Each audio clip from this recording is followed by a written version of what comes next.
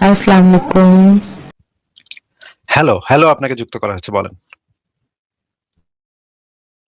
Hello, বলেন। Hello, কথা বলেন। আপনি কি ক্লিয়ারলি শুনতে পাচ্ছেন? হ্যাঁ, শুনতে পাচ্ছি বলেন।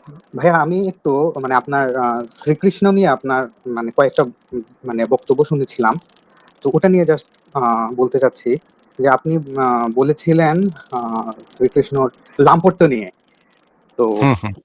তো এখানে শ্রীকৃষ্ণের লাম্পট্য নিয়ে যখন মানে আমি কিছু ঘাটাঘাটি করলাম, তো অধিকাংশই যা দেখলাম আ ওর লাম্পট্য নিয়ে বেশিরভাগই লেখা হচ্ছে শ্রীকৃষ্ণ কীর্তন কাব্যে। তো যেগুলা হচ্ছে চণ্ডীদাস অনেকগুলো চণ্ডীদাসের ভাই ক্ষেত্রে কে লিখছে না, না লিখছে সেটা দিয়ে তো আমার কি যায় আসে? সেগুলা হিন্দুদের ধর্মগ্রন্থে লেখা আছে নাকি নাই সেটা হচ্ছে মূল কথা। এখন আপনি যদি বলেন অমুক লেখকের বই আমি মানি না, তমুক লেখকের বই আমি মানব না, অমুক লেখকের বই আমার ভালো লাগে না, এটা আপনার ব্যক্তিগত বিষয়। আপনি কোনটা মানবেন, কোনটা মানবেন না সেটা আপনার ব্যক্তিগত বিষয়। কিন্তু এটা হিন্দুদের ধর্মগ্রন্থে লেখা আছে কিনা সেটা নিয়ে আমরা আলোচনা করি।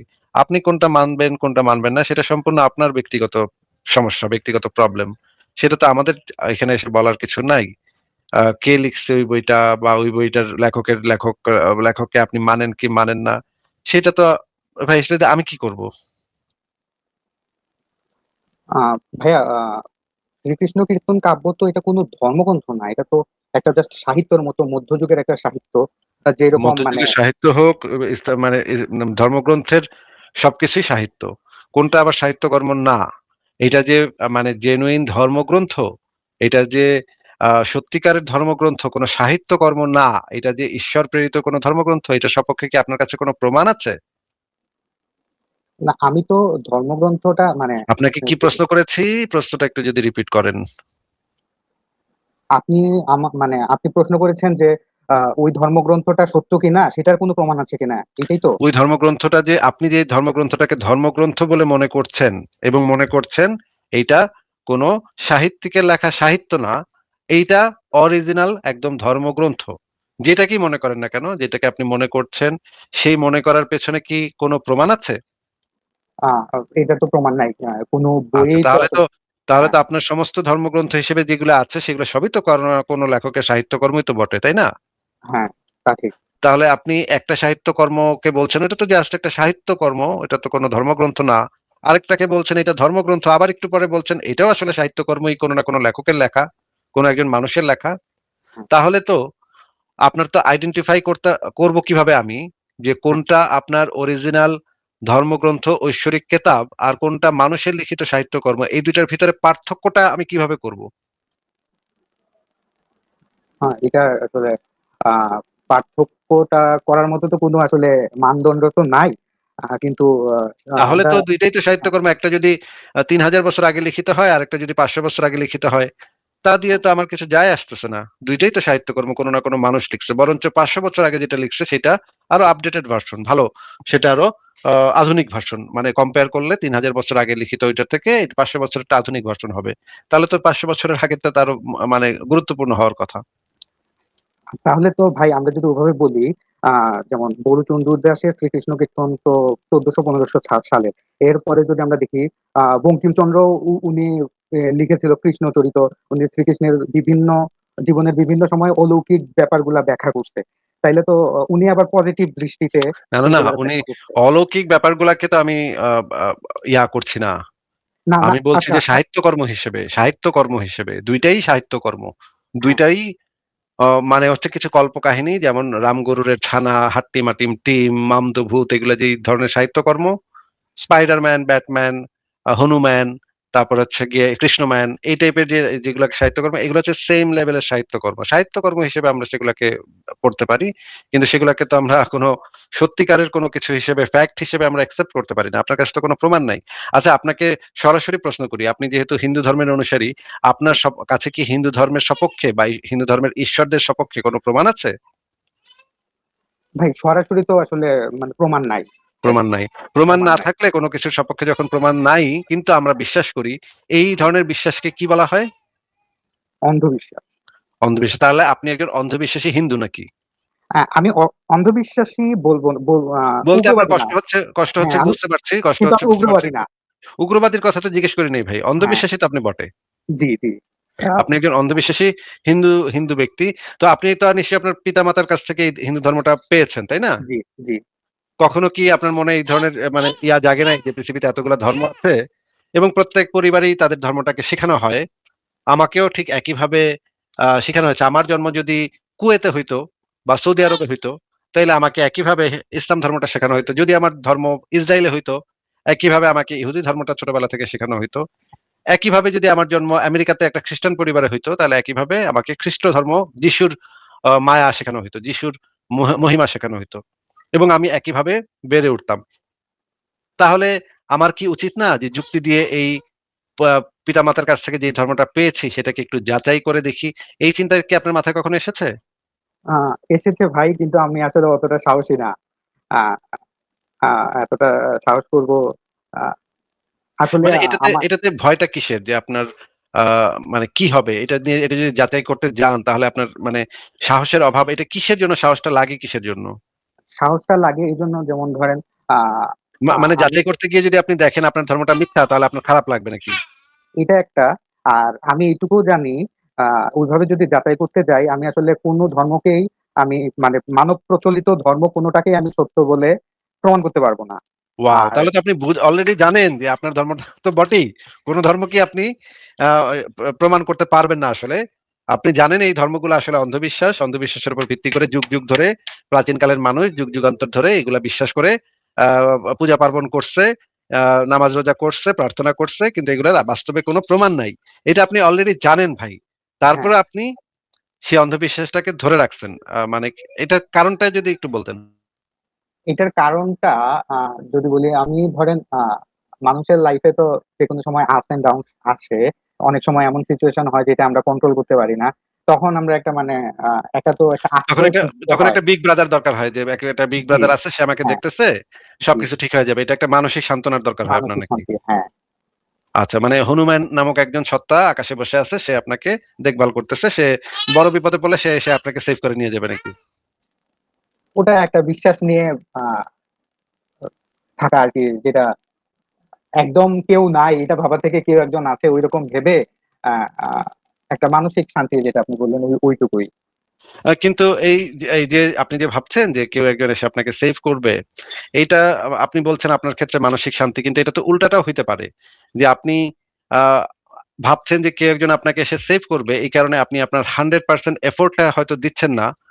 আপনি হয়তো ভাবছেন যে আমি তো ও তো করেই দিবে, আমাকে তো করে দিবে। আমি বিপদে পড়লে মনে করেন আপনার মানে রাতের কালকে আপনার পরীক্ষা। আপনি যদি আ আজকে ৪ ঘন্টা পড়ালেখা করেন তাহলে আপনার মনে হচ্ছে যে আপনি ভালো পরীক্ষা দিতে পারবেন। কিন্তু আপনি তখন ভাবলেন যে আরে ভগবান তো আছেই, কৃষ্ণ তো আছেই, সে তো দেখবেই আমারে। হ্যাঁ? আমি ১৫ মিনিট পড়ি তারপরে আমি ঘুমায়ে পড়ি। আরে কৃষ্ণ, কৃষ্ণ, কৃষ্ণ, কৃষ্ণ তুমি আমারে দেখো, হ্যাঁ?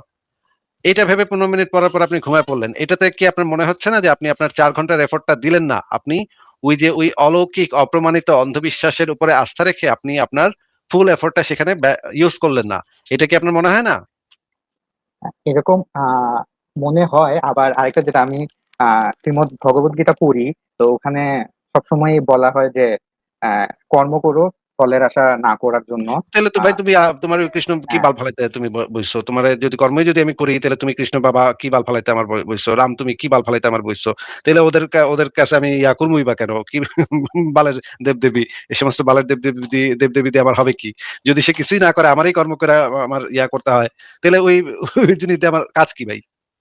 না, অনেক এইটা বিশ্বাসের জায়গা থেকে, যে অনেক সময় 100% এফোর্ট দেওয়ার পরেও অনেক কিছু হয়তো আমাদের কন্ট্রোলে থাকে না। ওই যে তো আমি যদি 99% এর পর আমি যদি আ মানে ঈশ্বর যদি আমাকে কোন হেল্পই না করে, আমার কর্মই যদি আমার আ কাজ কাজের ফলাফল নির্ধারণ করে, তাহলে ওই বালের বিশ্বাস দিয়ে আমার হবে কি? আচ্ছা, আপনার কি মনে হয় যে পৃথিবীতে যে নাস্তিক প্রধান দেশগুলো আছে, যেমন ধরেন জাপান, তারপরে হচ্ছে গিয়ে মনে করেন স্ক্যান্ডিনেভিয়ান দেশগুলা, তারপর জার্মানি, পশ্চিম ইউরোপের দেশগুলা, এই দেশগুলা যদি মানে মানব সভ্যতা যদি এই যে ঈশ্বরের উপর নির্ভরশীল থাকতো, যে সমস্ত অঞ্চল ঈশ্বর নির্ভরশীল, ঈশ্বরের উপর নির্ভরশীল যে ঈশ্বর আমাদের দেখবে, করবে, একটা কিছু করবে। এই সমস্ত দেশের অবস্থা সবচাইতে পৃথিবীতে সবচাইতে খারাপ, শোচনীয় অবস্থা। বাংলাদেশ, ভারত, পাকিস্তান, আফগানিস্তান।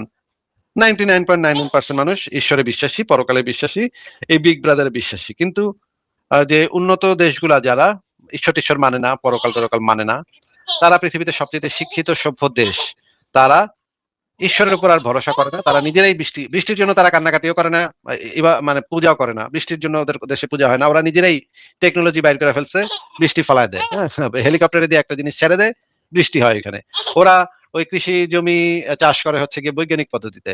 রাশিয়ানরা বহু আগে থেকে কৃষি জমি চাষ করা থেকে শুরু করে সমস্ত কিছুতে বৈজ্ঞানিক পদ্ধতি অ্যাপ্লাই করে, এবং এই সমস্ত বালছাল কৃষ্ণ কৃষ্ণ প্রসাদ ওদের টাইম নেই। হ্যাঁ, কৃষ্ণ, আল্লাহ, ভগবান, যিশু কিছুই প্রসাদ টাইম নেই।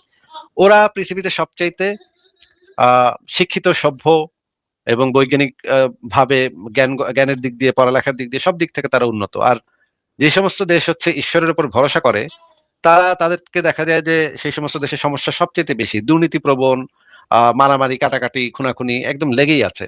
যদি বাংলাদেশ, ভারত, পাকিস্তানের কথাই আমরা শুধু বিবেচনা করি, তাহলেই তো দেখতে পাই যে এই দেশগুলা খুবই খারাপ অবস্থা। এটা আপনার কাছে কি মনে হয়, এটার কারণ কি? এটা অনেকটা ধর্ম ব্যাপারটা, যদিও অধিকাংশ ক্ষেত্রেই ধর্মটাকেই আমরা দায়ী করি, কারণ যারা ধর্ম ব্যবসায়ী আছে, ওদের এটা ছাড়া করার আর কিছু নাই, এবং ধর্ম ব্যবসা চালাইতে হলে দুই ধর্ম তিন ধর্মের মধ্যে মারামারি লাগানোর ফলেই ব্যবসাটা প্রসারিত হবে।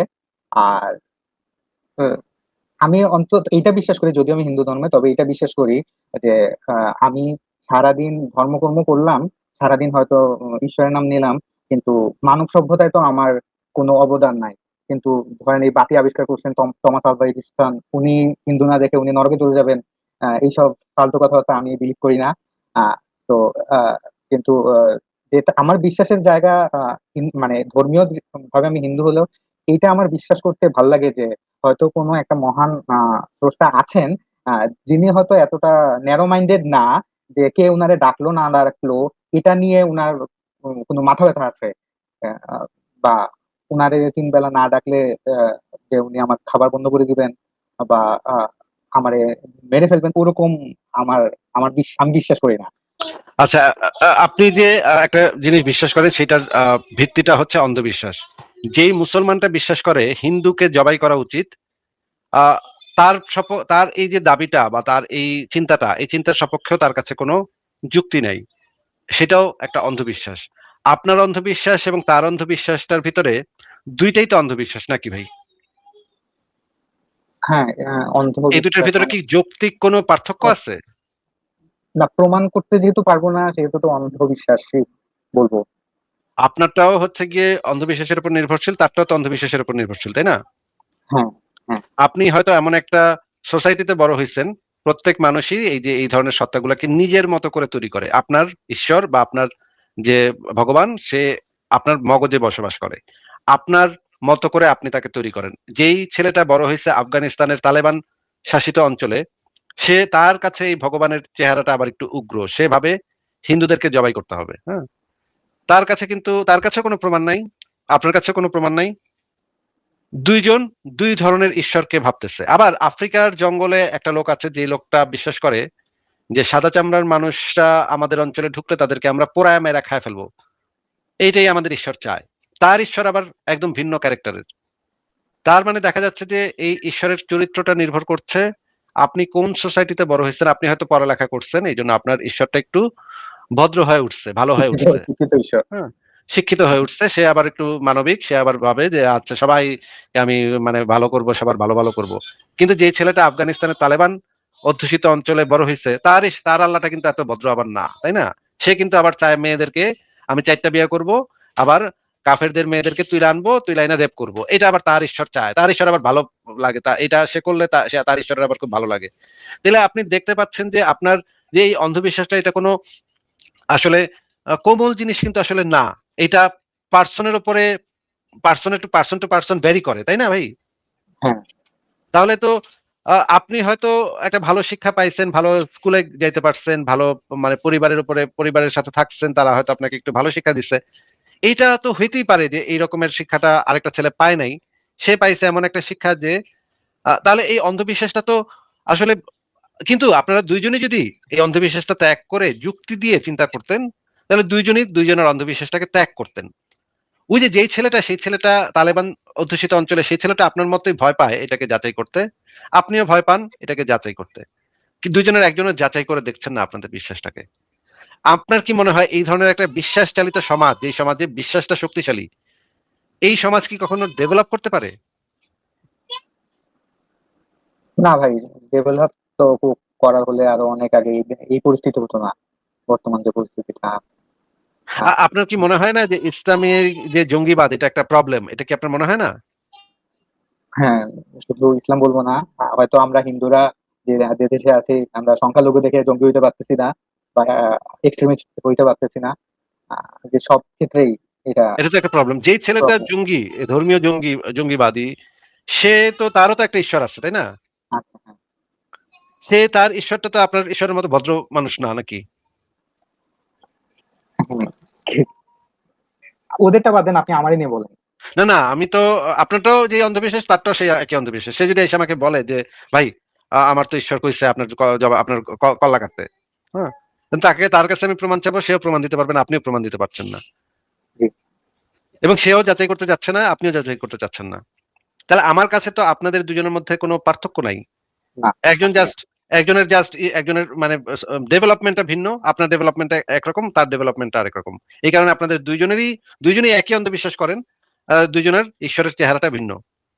হ্যাঁ, ঠিক। তাহলে তো এইটা বাদ দিয়ে যদি আপনারা দুইজনই যুক্তি দিয়ে চিন্তা করতেন, তাহলে তো আপনাদের আসলে আপনার সাথে তো আমার তখন আর এইগুলো নিয়ে তর্কই করতে হইতো না।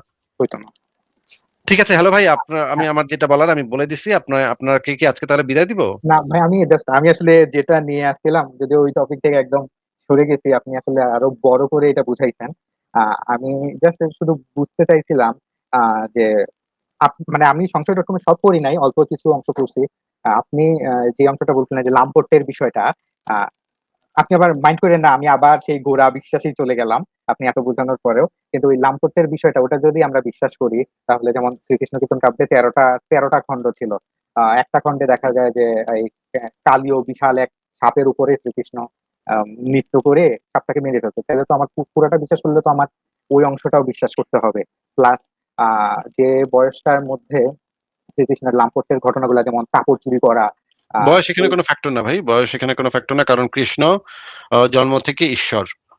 সে যখন মানে ছোট ছিল তখন সে হা করছিল এবং তাকে মহাবিশ্ব দেখা দিছিল তার ইসেকে, সে হা করে পুরা মহাবিশ্ব তার মুখের ভিতরে দেখাই দিছিল। তার মানে হচ্ছে সে ছোট, মানে শিশুর জন্ম থেকে সে ঈশ্বর। তার ক্ষেত্রে এই বয়সটা কোনো বিষয় না। যে হচ্ছে জন্ম থেকে ঈশ্বর, সে তো মানুষ না। সে তো মানে হ্যাঁ, মানে ওই সাহিত্য অনুসারে, মিথ অনুসারে সে তো মানুষ না। সে হচ্ছে ঈশ্বরের অবতার এখন, বা ঈশ্বর, স্বয়ং ঈশ্বর। সেই ঈশ্বরের ক্ষেত্রে বয়স কোনো ফ্যাক্টর না। এই বয়সের যুক্তি আপনার এখানে গ্রহণযোগ্য না। না, এখন এখন যদি শ্রীকৃষ্ণ, যদি ধরেন আমি যদি যদি ঈশ্বরই হয়, তাহলে ও তো চাইলে নিজের এই স্বর্গতে নিজের ইচ্ছা মতো, পছন্দ মতো নারী সৃষ্টি করে ওর সাথে যা ইচ্ছা করা করতে পারতো, এই নিচে নাইমা এসে আপনি এগুলা করা। আহ আপনি আরেকটা জিনিস দিয়ে, ও পারলে এটা করতো, এটা করতো, এটা দিয়ে তো এই জিনিসটা হ্যাঁ। জাস্টিফাই হয় না ভাই। সেটা হচ্ছে ওই গ্রন্থে লেখা আছে যে সে মেয়েদের গোসল করার সময়, পুকুরে গোসল করার সময় তাদের জামা কাপড় নিয়ে গাছে উঠে বসে থাকতো এবং বলতো তোমাদের লজ্জাস্থান দেখাও, লজ্জাস্থান দেখাইলে আমি কাপড়গুলা দিব। এইটা মানব জাতিকে কি শিক্ষা দিচ্ছে এই এইটা কি ঈশ্বরী? বলতো? হ্যাঁ, এই এই লজ্জাস্থান দেখাও তাহলে কাপড় দিবি, এইটা কি বলতো? হ্যাঁ, হ্যাঁ, এটা বলতো। আমি দেখাইছি, বহুবার দেখাইছি। এখন আমি দেখাতে পারবো না, কিন্তু এটা এটা বলতো যে তোমরা আমাকে লজ্জাস্থান দেখাও, তাইলে আমি তোমাদেরকে কাপড়গুলো ফেরত দিব। আপনি একটু সার্চ করে দেখেন, হ্যাঁ। না, আমি এই শ্রীকৃষ্ণ কীর্তন কাব্য তো অসংখ্য রাইটার লিখছে, এর মধ্যে আহ এই জন্য বলেছি চণ্ডীদাস। একটু সার্চ করে দেখেন জি এই ভাই, কথাটা বলতো কিনা। জি ভাই, আমি একটু একটু বলি। এটা তো ওনাদেরই লেখা, আপনি যেটা বলছেন আপনার কথাগুলো আমি মেল পাই হচ্ছে গৌরচণ্ডীদাসের লেখা, যেটা হচ্ছে ওই যে একটা গোয়াল ঘরে পাওয়া গেছিল, তাও এটা পুরোটা পাওয়া যায় নাই। মানে শেষের পৃষ্ঠাগুলা, প্রথম দিকের পৃষ্ঠাগুলা ছেঁড়া ছিল। আর আহ, যেটা গৌরচণ্ডীদাস সম্পর্কে যেটা মানে জানলাম, উনি আসলে ওই যে পালা গাইতো, এক মঙ্গল কাব্য টাইপের, এক মঙ্গলবার থেকে আরেক মঙ্গলবার। এরা আসলে নিজের জীবিকা নির্বাহের জন্য বিভিন্ন রসালো ভাবে বিভিন্ন কাব্য রচনা করে, তারপরে সারা রাত ধরে এগুলা বললে, তারপরে কিছু এই চাল, একই ডাল মানদণ্ড এগুলো। কি আপনি সব কৃষ্ণ সম্পর্কে যতগুলা সাহিত্য আছে সব ক্ষেত্রে এপ্লাই করছেন? হ্যাঁ, বাকি বাকি যারা আছে, আহ, আহ, আহ, যারা মেনলি। আমার মনে হয় আমার যেটা পরিষ্কারভাবে মনে হচ্ছে যে এখানে আপনি যেহেতু দেখছেন যে এখানে একটা প্রবলেম হচ্ছে আপনার হ্যাঁ, চিন্তা আমি ভাবনার এইটা সাথে থেকে সরে গেছি। এই হ্যাঁ, হ্যাঁ, কৃষ্ণ আপনার এই চিন্তা ভাবনার সাথে যাচ্ছে না, মিলে একটু না। হ্যাঁ, প্রবলেমেটিক ক্যারেক্টার, মিলতেছে না। হ্যাঁ, হ্যাঁ, আমি একটু মানে অস্বস্তিতে পড়ে যাচ্ছি, ভদ্র সমাজ এগুলা কেমনে বলি। তখন আপনি চেষ্টা করছেন এটাকে কিভাবে বাতিল করা যায়, সেই বাতিল করার ইয়াটা সামনে রেখে আপনি এই জিনিসগুলা পরে নিজেকে নিজে সন্তুষ্ট করার জন্য, নিজেকে সান্ত্বনা দেওয়ার জন্য আপনি নিজেকে বুঝ দিতে এই জিনিসগুলা বানাইছেন যে ও ও অমুক লেখক তো তাইলে পালাগান টান করতো, এই কারণে তারটা গ্রহণযোগ্য না।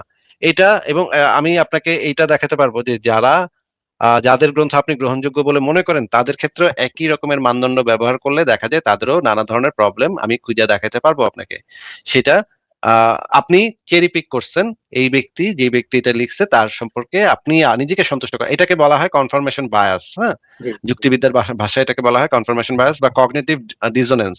যে আপনার মানে চিন্তা ভাবনা যেটা, আপনার বিশ্বাস যেটা, সেটার সপক্ষে যখন আপনি কোনো তথ্য প্রমাণ পাবেন তখন যুক্তি ছাড়াই আপনি সেটাকে গ্রহণ করেন। আর যদি আপনার প্রচলিত বিশ্বাসের বিরুদ্ধে কিছু আপনি দেখেন, সেখানে আপনি অনেক অনেক যুক্তি ব্যবহার করে চেষ্টা করেন যে এটা মানে না, এটা মানবো না। যেমন আপনাকে যদি বলা হয় যে হনুমান একবার সূর্যকে খেয়ে ফেলতে নিচ্ছিল, এটা আপনাদের ধর্মগ্রন্থে লেখা আছে, আপনি এটা নিয়ে খুব একটা ইয়া করবেন না, হ্যাঁ তো ঠিকই আছে। এখানে আপনি সেভাবে, আপনি যেহেতু এটা আপনার ধর্ম সেহেতু এখানে এত যুক্তি ব্যবহার করবেন না। কিন্তু সে আপনাকে যদি বলা হয় যে ইসলামের নবী মোহাম্মদ একটা ঘোড়ায় উড়ন্ত গাধার পিঠে উঠা 7 আসমান পাড়ি দিয়ে আল্লাহর সাথে দেখা করে আসছে, এই ক্ষেত্রে আপনি তখন বলবেন আরে এটা তো কিভাবে সম্ভব, এটা তো সম্ভবই না। কারণ এটা তো এখানে তো বাতাস নাই, মানে মহাবিশ্বে তো বাতাস নাই, 7 আসমান পাকনালা গাধার পিঠে চড়ে কেমনে যায়, এত দূর কেমনে যায়, এখানে আপনি অনেক যুক্তি ব্যবহার করবেন, আপনার মাথা তখন যুক্তিতে কিলবিল কিলবিল করতে থাকবে, যেহেতু এটা অন্য একটা ধর্ম। সেই ক্ষেত্রে আপনার যুক্তিগুলা সমস্ত কিছু তখন কাজ করা শুরু করে দিবে। এইটা মানুষের একটা স্বাভাবিক নেচার। যখন নিজের প্রচলিত বিশ্বাসটাকে একই লেভেলের উদ্ভট কথা যখন নিজের প্রচলিত বিশ্বাসের মানে পক্ষে থাকে তখন মানুষ যুক্তি ব্যবহার করতে চায় না। কিন্তু সেটা যখন বিরুদ্ধে যায় তখন মানুষ সেখানে হাজারো যুক্তি, এই আপনি আপনি তখন অন্য ধর্মের ক্ষেত্রে সেই যুক্তিগুলা ব্যবহার করবেন। এটা মানুষের একটা স্বাভাবিক নেচার ভাই। জি, বুঝতে পারছি। আপনি কি এটা মনে করেন যে এই যে মানে ইসলাম ধর্মের যে এই যে কেচ্ছাটা যে মানে ইয়া আহ মোহাম্মদ গাধার পিঠে চড়ে 7 আসমান পাড়ি দিছিল, এটা কি যৌক্তিকভাবে সত্য হওয়া সম্ভব? না, সম্ভব না। সম্ভব না। কিন্তু আপনার হনুমান যে সূর্যকে একবার খায় ফেলতে নিছিল, এটা তো আপনি মনে করেন এটা তো হইতেই পারে, এটা তো অসম্ভব না, হনুমান তো একজন ভগবান, সে তো করতেই পারে, তাই না? হ্যাঁ, হ্যাঁ, ঠিক আছে। ওয়াও ওয়াও ওয়াও, কি দেখেন কি চমৎকার, এটা তো আপনি নিজেই এখন বলতেছেন হ্যাঁ ঠিক আছে। মানে এই আপনি আপনি একটা ক্ষেত্রে নিজের ধর্মের ক্ষেত্রে সেই যুক্তিগুলাকে আপনি ফালাই দিতেছেন, জাস্ট থ্রো আউট করতেছেন। কিন্তু আবার ইসলাম ধর্মের একই উদ্ভট একটা কাহিনী সম্পর্কে আপনি বলতেছেন না এটা তো যৌক্তিকভাবে সম্ভব না, এটা কি মুমিনরা, মুসলমানরা কি বোকা, ওরা কত অন্ধবিশ্বাসী, ওরা কত বেকুব, এরকম একটা উদ্ভট কাহিনী বিশ্বাস করছে ওরা। না ভাই, আমার ব্যক্তি জীবনে আমরা সবাই। আর আপনি আর আপনি ঠিক একই, আপনি যখন আপনাকে বলা হচ্ছে হনুমানের গল্প, হনুমানের কেচ্ছা, তখন আপনি বলছেন ওয়াও, জয় শ্রীরাম, জয় শ্রীরাম, এটা তো হতেই পারে, এটা তো ভগবান তো আমাদের হনুমান তো একজন ভগবানের রূপ, কার জন্য শিবের রূপ না যেন কি, শিবের অবতার না যেন, হ্যাঁ, শিবের একটা অংশ, তাই না? তো এটা তো হতেই পারে। তো দেখেন আপনি মানে নাস্তিকদের উত্তর দেওয়ার আগে আপনার উচিত না, আমি নিজেকে আমি নিজের এটা প্রশ্নগুলো নিজেকে করা। নিজে প্রশ্ন করছি। হনুমান ভগবানই হলে উনি এই সূর্যরে আম ভেবে ভুল করবে কেন, তাই না? তো এইখানে ভুল করার জায়গাটা কই? আম ভেবেই তো সূর্যটারে খাইতে গেছিল। তো এটা তো এটা লজিক মানে না। তাও আমি নিজেকে কষ্ট দিতে চাই না বলে হয়তো ওই দিক দিয়ে যাই না। আহ, আর কিন্তু মেইন যে কথাটা বলতে। এইটাই আপনাকে বললাম যে আপনি আপনার ভিতরে যে কনফার্মেশন বায়াস আছে এই জিনিসটা আপনি একটু রিয়েলাইজ করেন। যখন রিয়েলাইজ করতে পারবেন তখন দেখবেন নিজেকে মুক্ত মনে হচ্ছে। হ্যাঁ, এটা এত কঠিন কিছু না, যুক্তি দিয়ে যাচাই করে দেখা, এটা এত কঠিন কিছু না, এত ভয়ের কিছু নাই। সত্য যেটা সেটাকে তো আমাদের স্বীকার করে নেওয়া উচিত। হ্যালো, আপনাকে তাহলে আজকে বিদায় দিই, আবার কথা হবে আপনার সাথে। ঠিক আছে, ভাই। ঠিক আছে, ভালো থাকেন, আপনাকে আজকে বিদায় দিচ্ছি।